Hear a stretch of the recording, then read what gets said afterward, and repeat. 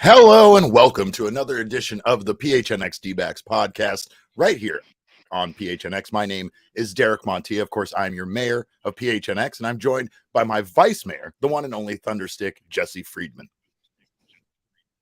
Hello, Derek. I like your t-shirt today. You like this t-shirt, huh? This is a good t-shirt. I like your hat. I like your hat because I don't know if people know this, but this show is brought to you by the fine folks at the DraftKings Sportsbook app, America's #1 sportsbook app. And of course, if you haven't done so already, you got to get down on the 10-point special on the DraftKings Sportsbook app. Now, we'll talk about that in a little bit. But Jesse, of course, we are excited. The Arizona Diamondbacks are back home.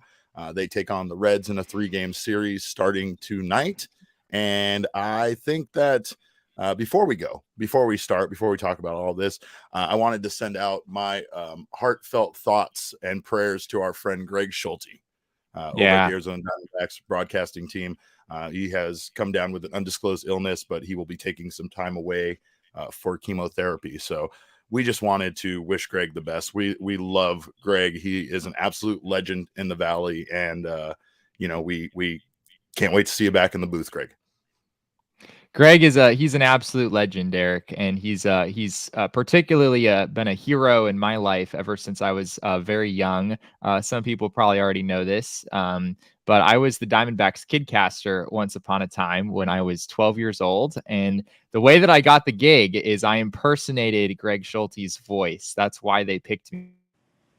Should Mark Grace and Darren Sutton welcome a young Greg Schulte into the broadcast booth? Greg Schulte and Tom Catiani welcoming you into our Arizona Diamondbacks broadcast booth here at Chase Field. Paul Goldschmidt's going to be the first batter up against John Qualls, the former Diamondback, and he comes in to replace Corey Lukey for San Diego. First pitch from Qualls on the way to Goldie, and that's a strike on the inside corner, 0-1 the count. Goldie on the season with 7 homers and 19 runs batted in. The stretch and the pitch by Qualls, and there's a drive! Way back to right field. That ball is way out of here. You can't touch him all, Paul Goldschmidt, as he hits a long home run to deep right field to give the Diamondbacks a 4-3 lead over the San Diego Padres. Yep, I think so. Let's go! Is that the same background? Are you in the same room, Jesse Friedman? Oh, my God. What a professional. Oh my gosh. I had no idea that was about to be played, everyone. And I literally just teed it up perfectly. We got you. And honestly, right? We talk about big moments. We talk about our connection with these guys, with this team. Who knows if you would be here, sitting here with me now, if it wasn't for that very interview that you did back there to kind of light the fire for you to be here now. There you go. Yeah. So what you just watched, or what you just heard, if you're joining us on audio, that was my audition video. I had to submit a video in order to audition for the Kidcaster, and that was the video that I made. And apparently it's still floating around on YouTube because you guys found it. Internet, Jesse. You were calling Paul Goldschmidt hitting a home run. I just aged 10 years watching that, knowing that that's how young you were when Paul Goldschmidt was with this team. But again, we love you, Greg. Jesse loves you. Yes. I love you. We love you big, and we can't wait to see you back. But of course, In the meantime, the Diamondbacks will hold it down. They definitely have this upcoming home stand with the Cincinnati Reds that we've talked about a little bit. And then things get pretty difficult for this team after that, Jesse. So this is kind of the last little stretch of their schedule that was a bit easier by comparison to the beginning, and here kind of as we wind down going towards the All-Star break. Yeah, I mean, it's 3 against the Reds, and then I mean the Minnesota Twins, they don't have the name cred as you know, the Dodgers or the Giants or some of the other teams that we're used to playing have, but they've been a very, very good baseball team this year. Some guy named Carlos Correa apparently plays for the Twins now. So they've got some good pieces over there. But yeah, I think there's also another angle to this, Derek, where some people may suspect that the Diamondbacks, it almost doesn't matter who they're playing. It's kind of felt like the results have been roughly the same no matter what. I guess their record against teams that are below 500, I do think is better than their record against teams above 500. But at least over these last 10 games, I've seen some people talking about how it feels like they kind of played down to the competition a little bit. They didn't quite do what you would expect them to do against teams, like the Pittsburgh Pirates or the Cincinnati Reds. So, maybe it'll be good for them to, start actually playing some really good teams again. They certainly started the season off with a really hard schedule. And like you said, they're about to jump right back into that. Here's an interesting stat for you, Jesse. Speaking of them being back at home with how hot it is right now here in Arizona, when the roof is open at first pitch, the Diamondbacks are 13-8. When the roof is closed at first pitch, they are 1-8. So the Arizona heat is the problem. It's the desert heat that is the reason the Diamondbacks. What I'm going to blame it. I'm going to blame it on that, and definitely not the starting pitching rotation, which has not been good lately. But I guess we have to ask, can they get back on track? It starts tonight with Merrill. Let's take a look at the probable pitchers that we'll see in this series. And of course, we talked about this yesterday, but this is a very winnable series for the Diamondbacks with very favorable pitching matchups so far. Zach Davies was outstanding in his last outing. Merrill Kelly owned a 2.65 ERA with 34 strikeouts and 2 home runs allowed in his 6 starts at home this season. So he's been very good, but he's been even better at Chase Field this season. He has, yeah, absolutely. Luis Castillo is a really good pitcher for the Reds, and Tyler Mahle, we talked about yesterday, is certainly better than his numbers indicate. But looking at all those different matchups, you get the sense the Diamondbacks definitely have a good shot in any of those games. I don't think there's any of those games where you'd take the Reds starter over the Diamondback starter necessarily. So they're set up pretty well in this series. They're back at home. You're the one on the ground in Arizona right now, Derek. I suspect the roof is probably going to be closed for these games at first pitch. It's so incredibly intolerably hot outside right now, Jesse. Yeah. I can't imagine leaving it open. I was there in May when it was below 100 degrees outside, and when they left the roof open for like an afternoon game, like let's say a 1:10 start, and they leave the roof open. When I'm standing over there by the railing where the Diamondback, by the dugout, and I touch the railing that's been in the sun essentially the whole time. Yeah, it is like touching the surface of the sun itself, right? So, and that was when we were below triple digits. It's been so bad outside. Like, I have brand new air conditioning in my wife's car, and you can feel it struggling to push up against the hot air. It's not that it's pushing cold air out. It's just every once in a while, it's like, give me a second. Hold on. I've been working hard this whole time. Just give me a second. So things been hot here. And that's why I say this is kind of interesting stat, considering that the Diamondbacks, for some inexplicable reason, have been very bad when the roof is closed, when the game starts, and better than normal when it's open. So, they do have the fact that Merrill Kelly won his last start, and it was against this Cincinnati Reds team when he pitched 6 scoreless innings with just 1 hit and 3 walks. So I guess my question to you is Merrill really the key here to this victory today, or is there someone else you're looking to step up and be big for this team? I mean, I'm probably going to pick the starting pitcher as the key to winning a game 9 times out of 10. I mean, that's really how baseball works, right? Kyle Nelson just going out there for 1 lousy inning, There you go. Yeah, I mean that Lazy. recipe certainly worked. Right. Yeah, that's all on Kyle Nelson. I can't believe that he didn't suddenly stretch himself out to go 6 times as long as he normally does when he pitches. But yeah, no, Merrill Kelly is definitely the key to winning this game, as I would normally say for a starting pitcher. And like you said, he was really good his last time out. The stuff hasn't been quite as crisp as we saw earlier in the season. But I do think he took a big step forward last time out. And like you said earlier, he's pitched pretty well at Chase Field this year. So hopefully he's able to continue that in this one. I know that you have a new article coming to gophnx.com. What was that piece on? That is on Dallas Keuchel and what the Diamondbacks might be looking to try to figure out with him. Obviously, he wasn't so great in Chicago, but there's a reason they brought him over here. There's a reason they wanted Brent Strom to be working with him. So yeah, that piece should be out tomorrow, looking at what Dallas Keuchel might be trying to adjust about his pitching arsenal and the way that he's throwing the ball in order to have more success in Arizona.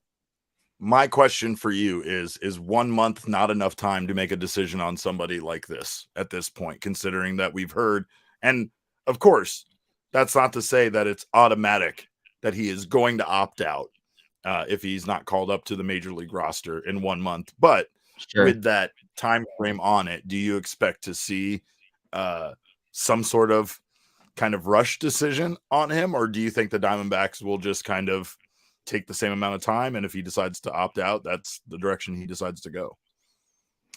I mean, I'm just not sure. I'm not sure if Dallas Keuchel can leave the Diamondbacks and instantly find an opportunity with another team. Maybe there's a team out there that has that level of desperation, but I don't think that's going to be super easy for him. And I think he's going to have to take a hard look at the situation and kind of recognize what his value is in the eyes of other teams. They obviously have a better idea of that than we probably do at this point. My inclination, though, is that the Diamondbacks are his best shot for right now. I mean, he's going to put all of his energy toward getting to the big league club here. And if it doesn't happen at the end of the month, maybe there's other opportunities out there for him. But I mean, working with Brent Strom, it's hard for me to imagine a better situation for him than what he'll have here in Arizona. And considering it's not to say that a bullpen start wouldn't have still happened if they had a full 5-man starting rotation that they felt they could rely on, but the opportunity is there here in Arizona, right? And it's not to say that other teams necessarily have that open door in their rotation right now to have somebody like him come in and win a spot at this point of the season. It's not to say it couldn't happen in the off season, but at this point of the season, like you said, it really does feel like his best chances of making a major league team and his best opportunity right now is with the Diamondbacks. I wouldn't be surprised to see them, call him up and give him a start or two. I just don't know how long of a leash he would have and how much the Diamondbacks would expect out of him as far as, starting for a game and length and stuff like that. But excited to read that piece. You can get that over at gophnx.com tomorrow. And of course, if you're not a member already, sign up to become a member. You can get an annual membership and it'll get you a free t-shirt like this beauty I'm wearing right here over at the PHNXLocker.com.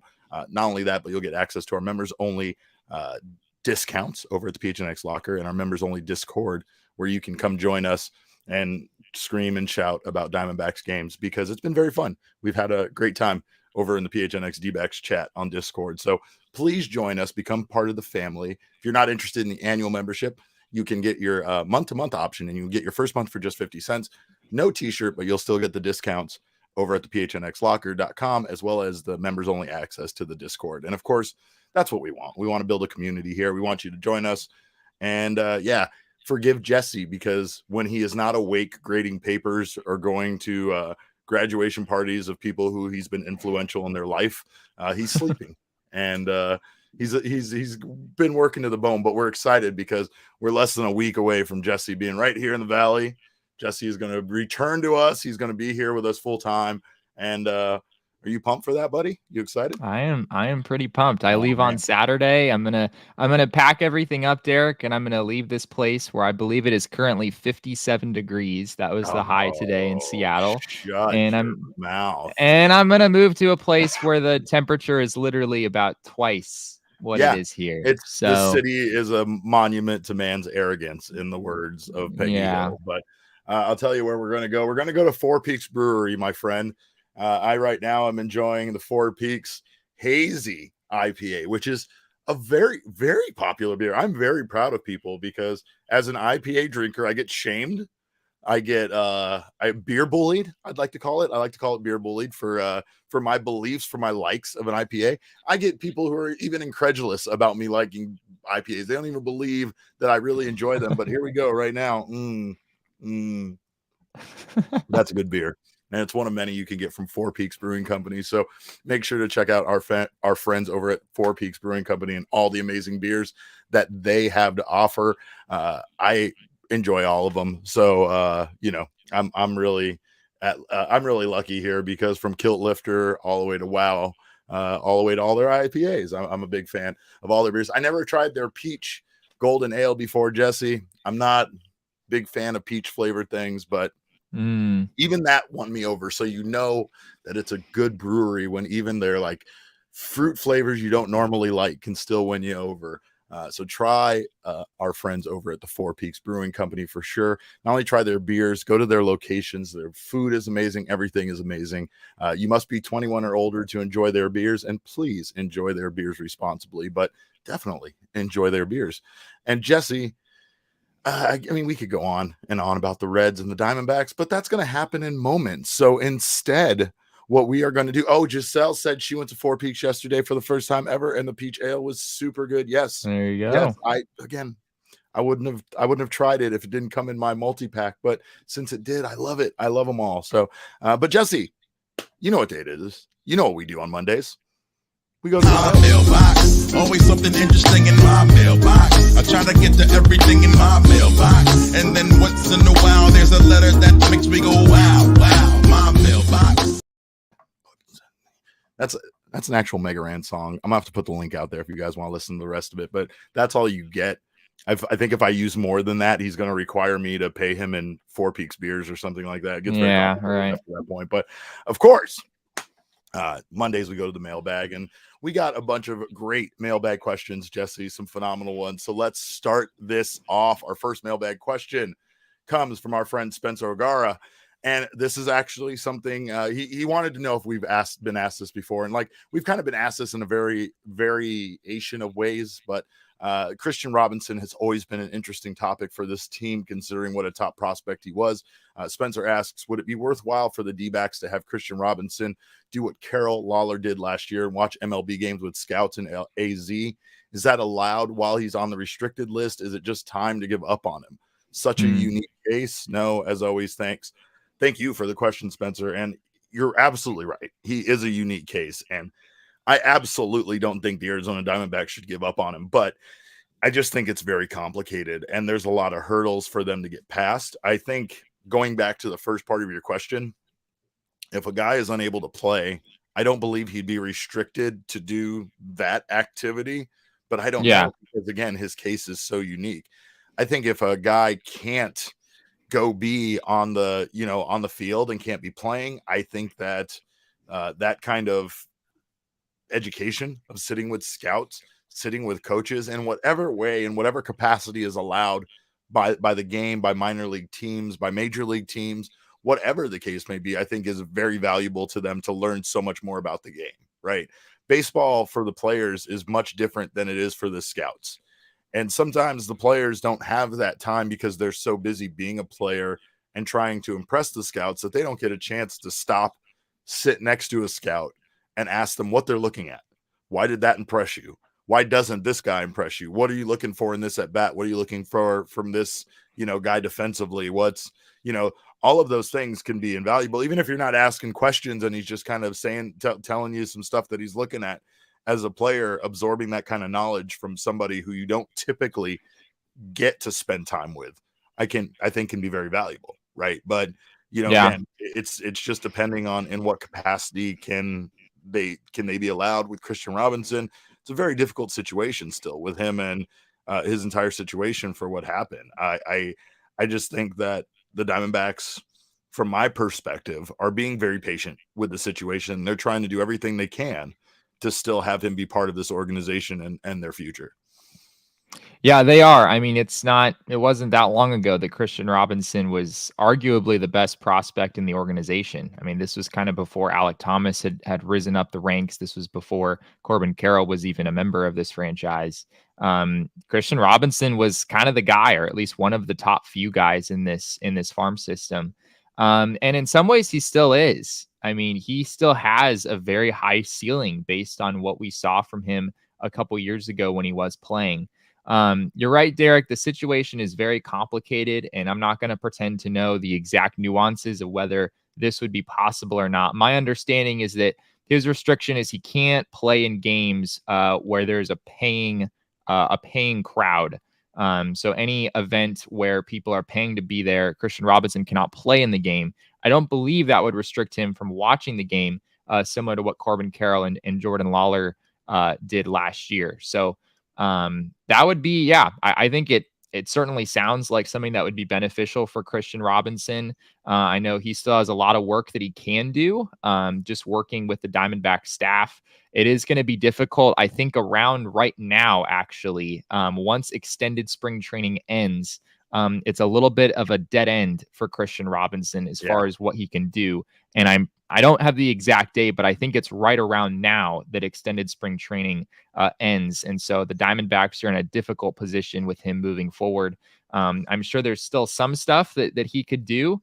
But at this point, there are no longer games that he can really participate in. So maybe it does turn into the Diamondbacks bringing him out to Chase Field and, having a lot of conversations and having, him pick their brains on whatever things he can. But it is a really tough spot that he's in right now. Brandon Buckingham in the chat asked, hope the fellows answered the question I placed in Discord yesterday. And his question was, I think this one was something interesting to consider. Now with Carson back, who do you play in center field, right field? Is it Varsho, Thomas, Pavin, Varsho, Pavin? Who do we play here? And they are getting to a point, especially now with Luke Weaver and Carson Kelly back, that it is getting a bit crowded. And it's not just roster-wise of having these guys on the roster at the same time, but it's getting a bit crowded as far as who gets playing time and when they get playing time, right? Obviously, right. Lovullo is still going to play favorable matchups based on the starting pitcher and other things like that. But I do think that, again, Varsho, who has been playing such good baseball during the season and doing it both in center field and at catcher, is now probably going to see his role dialed back a bit. He'll probably play a bit more DH would be my guess for Varsho. I don't know. What are your thoughts on what we see out of the center field and beyond? Well, it's really tricky when everyone in the mix bats left-handed. There's not really like a natural platoon situation that you can employ here. Alec Thomas, Dalton Varsho, and Pavin Smith all bat left-handed. Jordan Luplow is certainly going to be an important piece as kind of the resident right-handed hitter that they have. But yeah, it's tough. I mean, I was listening to the radio broadcast yesterday, and Chris Garagiola asked Luis Gonzalez, if you're, and I think he phrased it as like, if you're playing in a wild card game, like a 1-game playoff, who's your starting center fielder? And so it's like, it's Alec Thomas or Dalton Varsho. And Gonzo did say, he said Alec Thomas with Dalton Varsho DHing. I feel like you're at the point where both of those guys need to be in the lineup somehow, some way. And they both have some versatility, especially Dalton Varsho, who can catch as well. Pavin Smith offensively been a little bit of a rough go for him lately. So I think there's still some leash there. The Diamondbacks are invested in him and what he can bring to this team in the future. But right now it feels like, at least from a performance standpoint, I think he's clearly the guy who is sort of the odd man out, at least as of right now. So it's a tough situation. And like I said earlier, with all of them batting left-handed, that doesn't really help you sort through it anymore. Right. I mean, Thomas and Varsho would be my choices, obviously, based on what they've been doing this year, and just also based on their ability to play the position, especially when you talk specifically about center field. They just seem to be the guys providing the best defensive coverage out there. Alec Thomas makes great plays that many might think are insignificant, right? Like the other day, Pavin Smith missed, trying to catch a ball off the wall against Philadelphia. And Alec Thomas just played it incredibly well. Like, he knew exactly where the ball was going to bounce to if Pavin didn't catch it. Like, it might have just been a bit of luck, but he just, you know what I mean? Like, just right place, right time, and it just bounced in his direction. So he ends up looking much smarter than he would if he was going to the wrong position and looked like he was out of position, right? But he played it so well. And it's one of those things that's like that the way he played that is like wise beyond his years, right? And it's that kind of like that wisdom that you would see out of a guy that's been in the league 5 years, not, for 2 months or less than a month, right? So Chris says, can this surgery please be the end of Nick here? No comment on that one, but let's get back to the Twitter questions that we have. Oh, sorry about that. With this defensive issues, Brian Bobbitt, by the way, at BB_Nitro asked, with his defensive issues, is there a time we consider having Marte to be the DH, or do we just not have enough infield depth to fill that spot?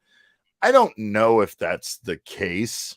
I don't know if it's necessarily that Marte's made some bad plays, but I still feel like he's our best option at second base. And I really feel like there's too many other guys that, can play DH and aren't as valuable defensively to this team that can play DH rather than Ketel Marte. I think it's a pretty good question because Ketel Marte, I haven't looked in the last few days, but he does not grade out particularly well in any of the defensive metrics. He's been one of the probably worst 5 or 10 defenders at second base in baseball this season. So that, I think it's a pretty fair question at this point. He has more errors than any second baseman in baseball. I don't know if that's still the case. Like, somebody might have caught up to him, but the other day that was the stat. That was the truth. And holy shit, man. Like, and the eye test agrees. The eye test says it's looked pretty rough for him there throughout most of the season. And the DH gives the Diamondbacks an out. Now that Seth Beer isn't planted there every day like he was earlier in the season, the Diamondbacks can kind of use that spot however they want to. And I don't know. Ketel seems to be a guy that they should be giving more of a look there. I'm not sure exactly how you shuffle the lineup. There's not really a super obvious way to shuffle things around so that Ketel lands in that spot. I'm not sure who else you're having play second base. You can slide Josh Rojas over, but then who plays third base? There's still some holes there. So I think we'll continue to see Ketel play second base most days, but it's a good question moving forward with, Ketel just signing this big extension. It might not be too long before he becomes a guy who's DHing more often than not. Brood Squad asked back in the comments, and this goes back to your question about the left-handed thing. Yeah, right. There's no reason right, because all of our outfield prospects being left-handed, and assuming Thomas and Carroll are untouchable, who do you trade for a righty? David Peralta. I would feel like David Peralta would be a good choice because we've seen him as a prime trade candidate at this point. And as the trade deadline approaches and this team really doesn't do much more than, hover around 500, I think there's going to be a point where the Arizona Diamondbacks are very realistic about this season and don't see it going, suddenly in a different direction. This team, though, I mean, especially after Sunday's game, that's the exact kind of fucking game that makes you lose your mind about this team, because this team is so capable of being what we saw on Sunday so often, but they're just not consistent. And they're like, it feels like if they could just have that consistency and follow that path, that we would see this team actually be a successful team that could get over 500 and maybe make a push towards some sort of wild card spot. After what we've seen, it doesn't seem like they're incapable of that, but it seems like they just have these ruts where as a team they kind of slide into, into these losing streaks, these offensive ruts where they can't seem to get a hit as an entire team, just all sorts of stuff, right? But man, I've really been impressed by this team at times this year, and I feel like everybody should be very encouraged about what they're building for towards the future. No matter how this season goes, I still think they're going to end up 20 plus wins from last season. And that right there is something that this franchise and fans should be proud of, that they were able to, Yeah. bounce back and start building towards the future. Alec Thomas is here. They've secured some of the best guys in their, lineup and in their rotation to be here for a while. So things are promising for the future of this team. I just think, again, somebody like David Peralta, even with how big of a person he's been for this team, even a personality, he's been for this team.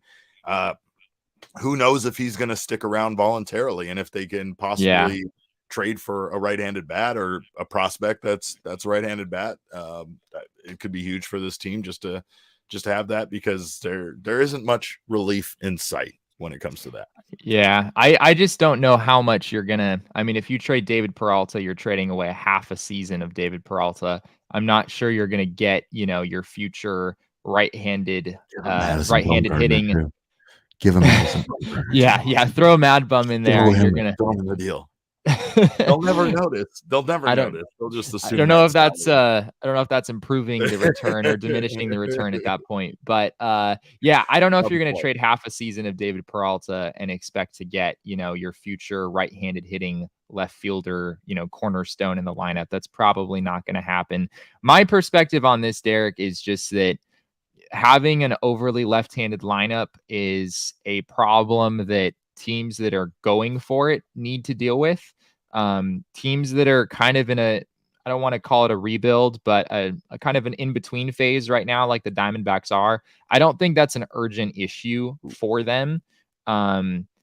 Package of Peralta, Pavin Smith could move. Yeah, maybe Pavin Smith definitely brings some value. I still don't know if there's a lot of value there, to be frank, at least from just a trade standpoint. I'm not sure how much of a valuable asset he would be viewed as by other teams. But it's a problem the Diamondbacks are going to have to address eventually, for sure.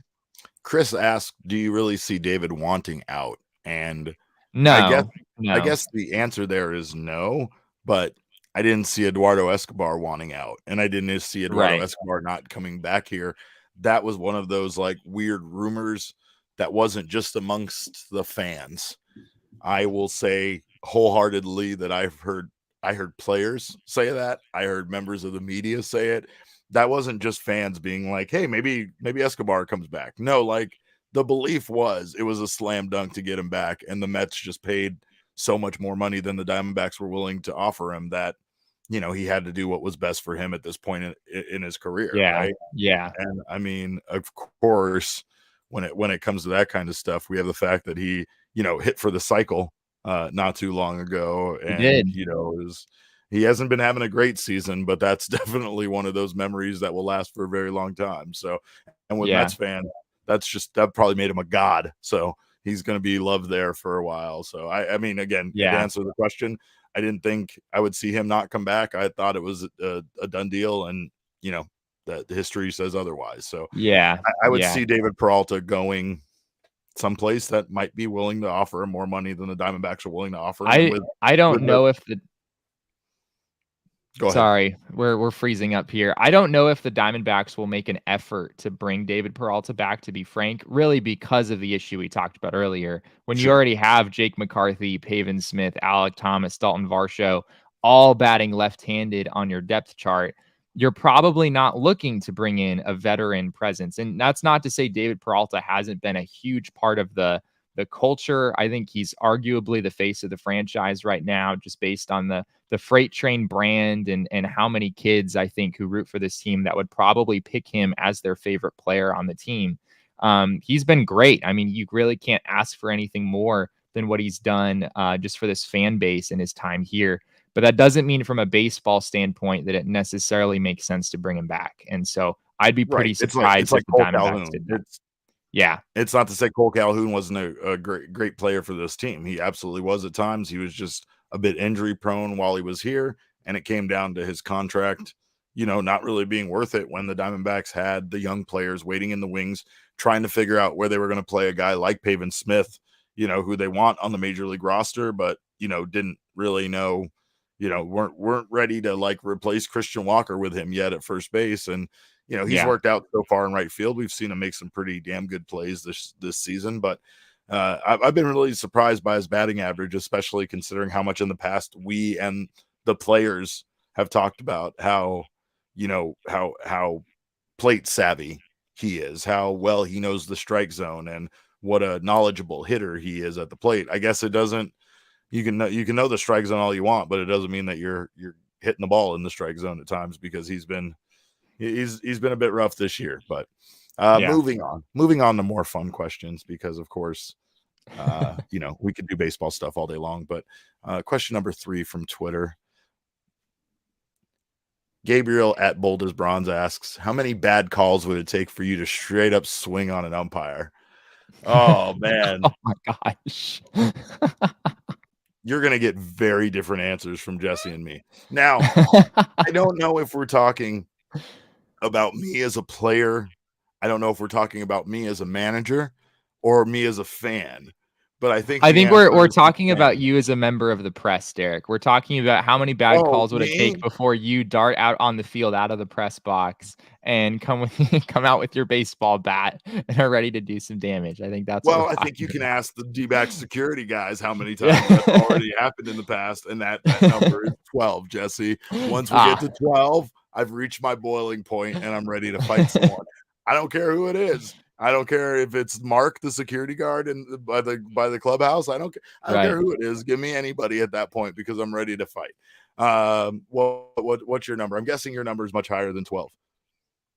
Well, Derek, you have to understand who I am as a person. If I see conflict, I will run in the opposite direction about as fast as I possibly can. So I'm not exactly I'm not exactly the type of guy to become. I really would make a horrible manager, because I could never go out and I'd be putting on such an act if I tried to get mad at umpires. It'd be very, very sad. Jesse would come out as a manager to the umpire and be like, so was that, you sure about that one? You were?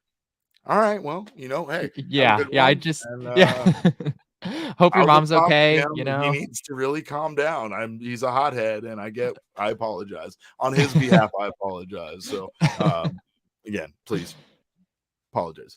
That would be Jesse as a manager. But Jesse, I'm swinging. I'm yelling. I'm screaming from the very first bad call until, again, number 12, and then we've had enough. That's the most we're going to go. All right, next question from Twitter.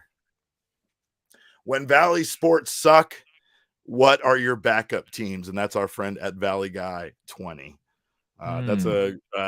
You're trying to incriminate us. I understand what this question is for, and you're just going to get us in trouble here. But my outside exterior baseball teams outside of the D-backs are very troublesome. People aren't going to like it. It was the New York Yankees for a long time, as I've talked about on this show before. Oh gosh. But Jesse, my NL team back in the day when it was an NL team, was the Houston Astros. That's even more problematic, I'm sure, for a lot of people. That's you really couldn't do much worse than those two teams. I really couldn't. People are just gonna love you.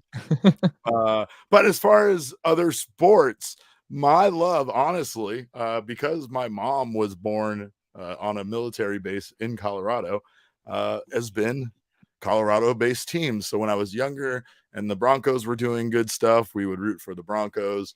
And then when the Colorado Avalanche, who are now in the Stanley Cup Finals this year, came to Colorado, I became a big fan of theirs when they moved from being the Quebec Nordiques to Colorado. I own a Colorado Avalanche jersey from their inaugural season. I have been a huge Colorado sports fan outside of the Rockies, mostly, and the Nuggets, of course, because nobody. There's no other NBA team. I'm just going to say that right now. There's I used to like to root for the Oklahoma City Thunder just to make Seattle fans mad, but it wasn't a real thing, Jesse. It's just because I liked Kevin Durant and I wanted to make Seattle fans mad. But my love has always been dedicated to Suns, I guess outside of Suns, meteorology-based teams like the Thunder. But in baseball, it's a bit problematic. What about you? I mean, I've been all over the place, right? Like at one point I rooted for the Braves simply because here in Phoenix, that was the only team you could watch, them or the Cubs. That was your two choice. Really? Yeah, because you could get the Cubs or the White Sox on WGN. So we had like WGN as a basic cable channel. So if you had basic cable, why was WGN was a basic cable channel in Phoenix, Arizona? Yes. Yes. Wow. Ever since my entire life.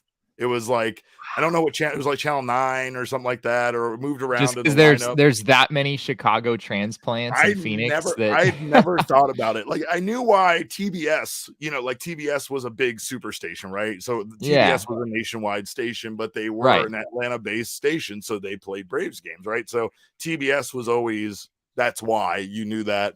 But WGN just was here in Phoenix. Like, you hardly ever watched it because I want to say it was the same affiliate as some other local affiliate. So you still watch the local CBS channel or whatever, right? But yeah, WGN was just on here. So you could catch, it was mostly Chicago Cubs games, but they also, had White Sox games. So that was it. That was like before the Diamondbacks existed here. When you turned on your basic cable, that's the channels you got. See, Elizabeth says, I remember getting WGN, Low Tone Capone, WGN doubleheaders were the best. Yes. And they were. Gosh. Because see, here's the thing. When we were kids, Jesse, which is again, demonstrated by your video we played earlier, something you won't understand. We didn't have like fucking designated cartoon channels and shit. You watch stuff when it was just on. And because daytime TV was so boring 90% of the time, it was exciting anytime cartoons were on or sports were on. Those were like the two exciting things for me as a kid. I mean, don't get me wrong. I was a huge I Love Lucy fan and Munsters and shit like that, because that was the other stuff that like played in reruns during the day besides soap operas. But there were not a lot of options when you were a child in the 80s trying to stay home from school and watch TV on a weekday. So WGNs, especially during the summer, right? During the summer sucked. So when baseball was on, at least there was something on. I didn't care who won. I just wanted to have baseball on and watch the game. As a matter of fact, because I kind of had people I knew that were Cubs fans, I'd just root against the Cubs. That's what I would do instinctively. I would want the home team to lose because I thought it was funny. But I've been a terrible person for a long time. I've come to terms with that. Let's go to our next question from Twitter. I don't even get to answer the question. Do you not get that one? I am sorry. I just steamrolled you on that one. Let's back up. Sorry. Go back to that one. You asked me, you were like, what about you? And then you started telling this crazy story. Yeah. Okay. All right. Well, my answer is not going to be a quarter as long as yours was, but I would say probably the Portland Trailblazers. When I moved to the Northwest a couple years ago, I wouldn't say it's not an extreme, like I don't absolutely love the Trailblazers or anything, but when I moved to the Northwest a couple years ago, people are very devastated around here, Derek, about the situation with the Supersonics and that whole story there, which I know earlier you talked about how you just love to make fun of these poor Seattleites who lost their beloved basketball team. But the Trailblazers have quite a culture. I went to a Suns Blazers game this last season and up here in Portland, and I of course was cheering for the Suns when I was there. But the Blazers have kind of a good thing going. It's kind of like in Portland there aren't really any other big professional sports teams. Sure. Yeah, so it's kind of a cool thing that they've built. And I know the Trailblazers haven't really gone anywhere the last few years, and Damian Lillard has been sort of stuck there. But I have a soft spot for the Trailblazers after living up here in the Northwest for a couple years. It's understandable and respectful. I get it, definitely. And you could kind of equate like their love for the Trailblazers is like the Valley's love for the Suns, right? Yeah, it's rooted in history because they've been a part of that city for so long, and the same thing with the Suns. But even the Diamondbacks, even with winning a World Series, we're still that team that other people like what we're talking about right now had another team, because unless you're 20 years old or younger, you haven't known this to be this team this entire time, right? So it's like, I understand when people have other teams. Elizabeth brings up the Portland MLS team, and I've seen video of home games at their MLS I know nothing about soccer. I know nothing about soccer whatsoever. So I apologize, Elizabeth. I didn't know. No. But you're right. Going back to what you were saying, they don't have the major sports, right? But so the teams that they do have, they support so thoroughly, and it's a lot of fun to see that home environment at all those Portland games. And people in Portland are just generally like they're very fascinating people. If you go to Portland, you'll meet some very fascinating people. So they root for their sports teams hard, and I enjoy being around them. So there you go. I enjoyed being in Seattle. So the Pacific Northwest kind of won me over, and much like Lone Tone Capone, I am a big fan of Portlandia. Also one of my faves. So next question from Twitter. Chris wants to know what snack food best represents your co-host and why. Oh no. Oh man. Man. I'm gonna go first, Jesse. I'm gonna give you some time, and I'm gonna really insult you on this one. I am gonna go with a Lay's potato chip original flavor, but here's why. Wow, original? Like, am I that boring? It's not that you're that boring. It's not that you're that boring. You know why? Here's why. Because you're a teacher.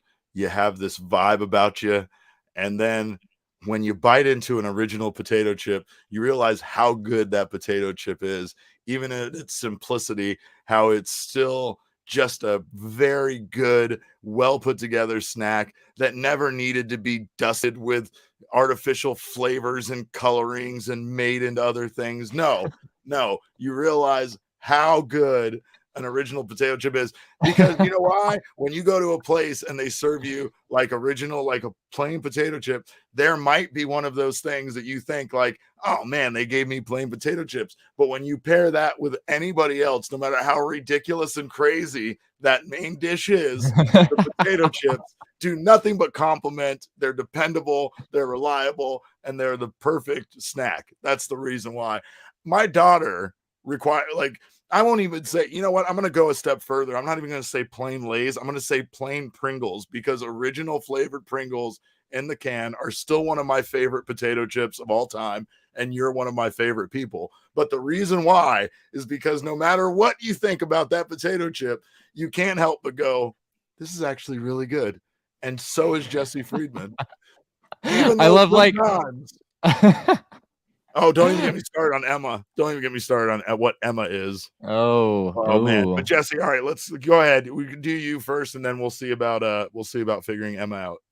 Okay, well, just real quick, just so I can understand. You're basically saying that at first glance I'm very boring, but like low key I'm actually like pretty cool in the end. Is that a pretty accurate reflection of what you said? Not only are you cool, you are good, you are dependable, you are delicious. I'm saying you're delicious is what I'm saying. I am saying okay, we can stop there. Okay, well, that's fine. But, all right, we'll go ahead. What snack am I, Jesse Friedman? What snack are you? Oh goodness. Okay, is this like, so this isn't restricted to like ballpark food necessarily? No, could be anything. She said snacks. Okay, snacks. All right. I think I am gonna go the ballpark route here. Okay. I think you're like a churro dog, Derek. I mean, that's the clearest connection I can see. I don't hate that at all. A churro dog is wonderful. But I mean, it's flawed. It's a little, it can be a little, it can be kind of a lot at times, but overall, a churro dog is a wonderful experience. And as long as you have someone like Emma to kind of spread the load around, we don't have to it's not just me. I don't have to eat the whole thing. Right. Then it works. It works out. It works out pretty well. You start thinking of ways to handle it. Like, this is a lot. How do we deal with this? And then someone says, let's take the churro out of it because it's hot. And it seems like the churro is melting the the ice cream or the frozen yogurt. And then the other friend says, that's exactly what we should do. And then you turn to the churro dog and say, hey, churro dog, would you send us a link to the show? And would you send us the title and description and a rundown, please? Basically, I get it. Okay, so I take it back. Derek is definitely an OG's gummy. I am 100% an OG's gummy. That's what I was going to say. Emma is, by the way. Emma's an OG's gummy. He's not the microdose either. Definitely not the microdose. I'm a handful of 10 milligrams is what I am. But Yes, Emma's no microdose either. She's a 10 milligram. I'm gonna go with orange creamsicle gummy is what I'm There you getting at go. Emma. I wanted to go Dunkaroo for Emma. I don't know.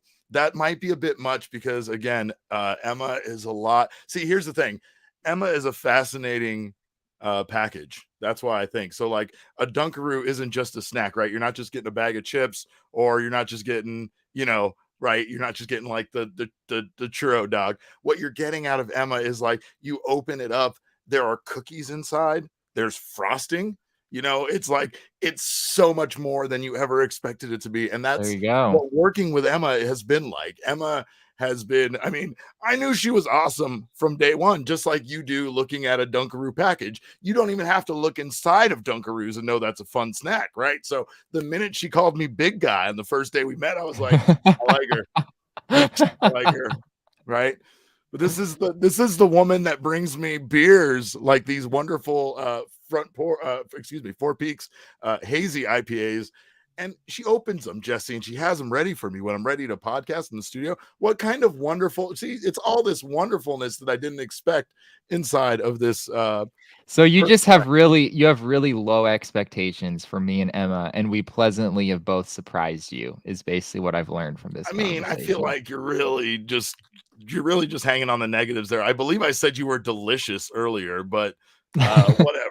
That just made me uncomfortable. That wasn't really. I get it. I get it. See, like you're ruining it, but of course, I still think the description of Emma being OG's gummies is perfect, and of course, regardless of if you think that describes Emma or not, you can still go try OG's gummies for yourself, then learn a little bit about her by watching the show, and then decide for yourself if that describes her. But OG's Brands has a wonderful variety of gummies to offer. I talked about her being orange creamsicle. Of course, that's very descriptive. They got pina colada. OG's has a pool party coming out very soon, by the way, Jesse, that I don't know based on our relationship with OG's if I'm invited or not. But I think I might crash it regardless. It's at the Maya Day Club on June 25th. You can get special OG's cocktails. What? Swag, photo ops, and more. Jesse, that might be the first thing I take you to when you get into town. So prepare yourself to go to a pool party held by OG's. But again, if you're interested in the wide variety of OG's brand variety of edibles, gummies that they have to offer, you can check out their website at ogsbrands.com. That's OGEZbrands.com to find OGs near you. And like Jesse said, they have the wide variety of doses. So not only can you get yourself the 3 milligram microdose if you're not interested in jumping into their regular 10 milligram regular dose, or if you're a seasoned veteran like myself, get down on the 10 milligram 10 milligram regular dose. Get all this stuff. So again, thank you guys so much for checking out OG's Gummies. Thank you for participating in Mailbag Monday. We still have more questions to ask. We're not just ending with calling Emma a package of Dunkaroos. So what else we got, Emma? Twitter questions. Giselle asks, I love this question so much. What is your comfort movie? Jesse, comfort movie. Man, I mean, I could say comfort baseball movie. I know that is obviously The Sandlot. That's definitely my comfort baseball movie. I wish I could describe to people how much my heart swells just watching the first 5 minutes of that movie, where it's basically, a grown-up Smalls walking into the stadium as a full-grown adult who's a journalist and a reporter now. And he goes into Dodger Stadium and he walks up to the press box, and it's like, I don't make it 4 minutes into that movie without tearing up. So I don't know if I could describe more of a comfort movie than that, but I'm also a giant baby. Jesse, I cried during Ghostbusters Afterlife, so don't even get me started on me crying during movies. But yes, that's definitely a big comfort movie of mine. I'm going to say one other movie that a lot of people don't know or may not know, but it's called Evolution. It starred David Duchovny. It's a very fun, speaking of Ghostbusters, it's kind of like a Ghostbusters-esque movie with him in it. And it's just a great movie. And it's criminally underrated. Not a lot of people have seen it, but it's a very funny movie about alien spores, landing here on this planet and then reproducing and turning into kind of like a alien culture that they have to stop eventually. It's great. It's very funny. And it's one of those movies I could watch 1 million times and still laugh at it on the 1 millionth time. But I'm probably going to just fall asleep 10, 15 minutes into it because, again, it's my comfort movie. It makes me feel good. I could be having a terrible day, and that's going to put me to sleep because I feel like I'm already wrapped up in a nice warm blanket by watching it. So I know you don't watch a lot of movies, so I wanted to get what your take is on this. You think I'm just such a fascinating case for a question like this? You really are. I mean, I can't wait to see where this is going to go. Okay, my answer is probably it's not Moneyball. It's not Moneyball. I do love Moneyball, but that's not my comfort movie. My comfort movie is probably National Treasure. Which I don't know. There's something about National Treasure where I think Riley is hilarious. Like he's my ideal comedic relief character in a movie. Sure. Yeah, he's a great character. Yeah. And it's the only good movie that Nick Cage is in, I'm pretty sure. Like out of all of them, I think it's the only one. That's false. That's a man that hasn't seen The Rock or Con Air. What are you talking about? That is fair. That is fair. Right. But I don't know. I'm a little skeptical. We'll have to see. I'll have to watch some more Nick Cage movies. But it's a good one. And there's something about that movie where I never get tired of watching it. So there you go. Yeah, no, that's you reminded me that when I was like younger, one of my favorite comfort movies was Indiana Jones and the Last Crusade. And a big part of that was like what you're talking about with the comic relief. Like I just love Sean Connery as Indy's dad. And I love the fact that this guy that was like this, archaeologist / superhero had his dad just embarrassing him and wagging his finger at him about stuff he was doing wrong and everything. There was just something that was so wonderful about that. But like, I watched that movie until the VHS tape had a hole worn into it. But yeah, wow, definitely good action adventure movies, right? But all right, do we have any more questions? Is that it, Emma? Are we out of questions?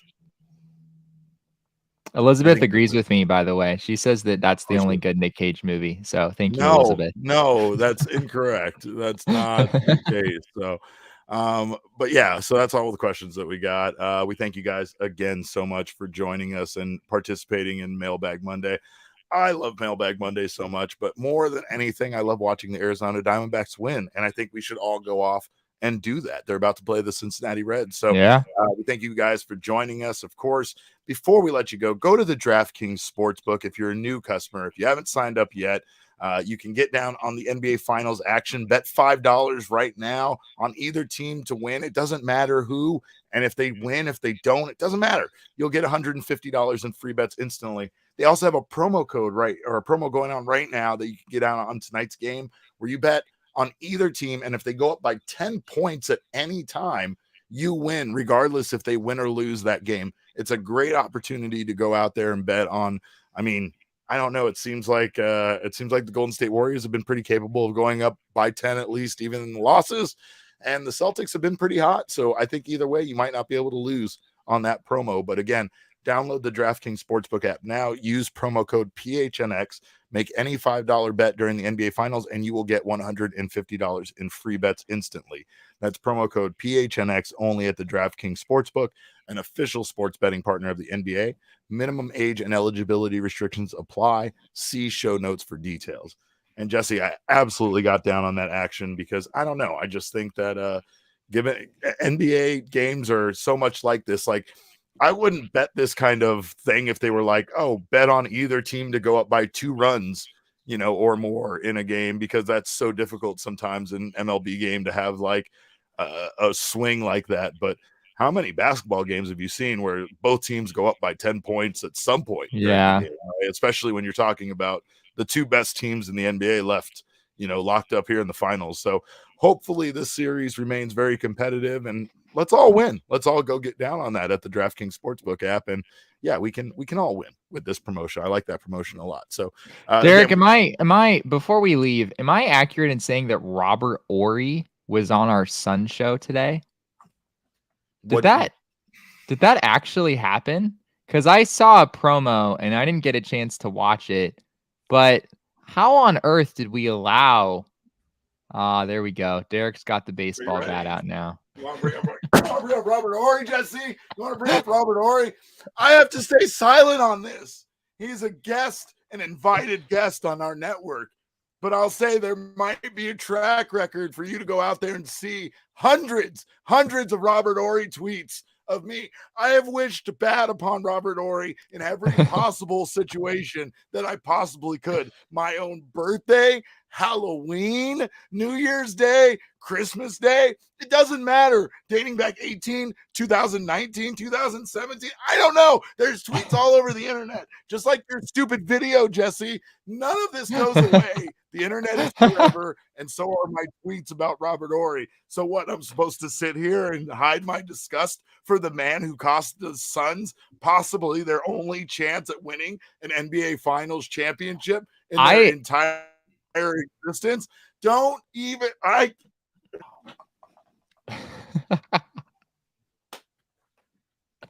you finish the show. You finish the show. All right. Well, everyone in the comments, is saying sorry. I just need to point out that everyone in the comments is everyone in the comments is saying that apparently it was a very good interview, and I need to go watch it because maybe my very strong opinions about Robert Horry that you also seem to share are unfounded. Maybe he's a changed man, but I think I'm a little bit skeptical, Derek. I'm gonna have to go see it for myself. No, okay, sorry, I had to hop in. The interview was actually really, really good. Like, really good. Okay. Like, as much as we all despise this man, Derek, as much as we all despise this man, it was such like it was very like humanizing. Like, you see him more as a human. Anyway, I'm gonna bite. That's gonna be pretty hard for Derek to view Robert Horry as a human being, but.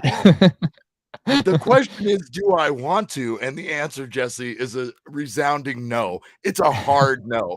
I just hit this no with my car, and there's now $500 worth of damage. That's how hard this no is. But I will probably end up watching it because I'm glad. Apparently we should. So you guys should too, whatever. But you should also follow us on Twitter. Again, I'm at @cap_caveman with a K. Jesse is at Jesse N. Friedman. Our show is at PHNX_Dbacks, but of course, all roads lead to @PHNX_sports. That's on Twitter, Instagram, and Facebook. Of course, if you're listening to us right now on your favorite audio podcasting app, please make sure you subscribe to us. Leave us a 5-star review. That way, everybody knows how wonderful we are. Also, go over to the PHNX Sports YouTube channel, subscribe there, sign up for notifications. That way, you don't miss any of the live content coming out, not only from our show, but from all of the wonderful shows here at PHNX, even ones with fucking Robert Horry on them, I guess, and whatever. Emma Dunkaroo Clark is how her name is going in my phone going forward, by the way. So just to let you guys know that. We thank you so much for not only being here in the chat and submitting your questions, but for being Arizona Diamondbacks fans. Now, let's go get a win against the Reds on behalf of Jesse and myself. Even little Jesse, we thank you guys so much for joining us. And remember, kids, baseball is fun, but it's so much more fun when Greg Schulte is on the call.